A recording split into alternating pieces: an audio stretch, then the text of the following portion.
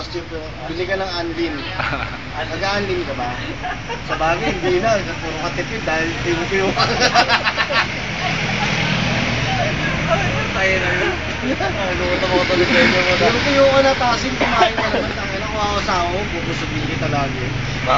Bawal ba kumain? Hindi ba? Pagpaliwanag ka lang tapos upload ko sa YouTube. May ilaw ba yan? Yeah, ngiti ka nga, ngiting iguana. Ang inan to, no? Alam mo dati ang kwento mo? Inahabol ka pala sa gubat, tinitirador ka, kaya ka tinamahan sa leeg. Tapos nakita ka sa animal welfare, inalagaan ka. Tapos pinag-apply ka sa Oryx, natanggap ka. Tangina, buti nila natanggap ka kasi hindi sila tumatanggap ng iguana. Eh, yung unggoy. Unggoy. Unggoy yun na tumatanggap. Unggoy yun na tinanggap. Si RTC yung unggoy yun eh.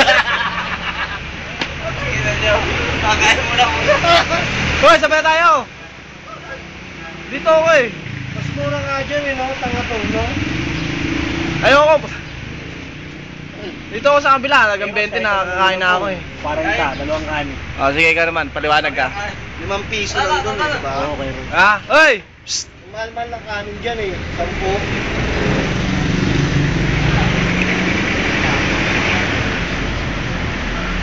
10. Continuous. Para doon 10. Wala pa nilagay sa baw. Saan? Doon naman sa dulo, sa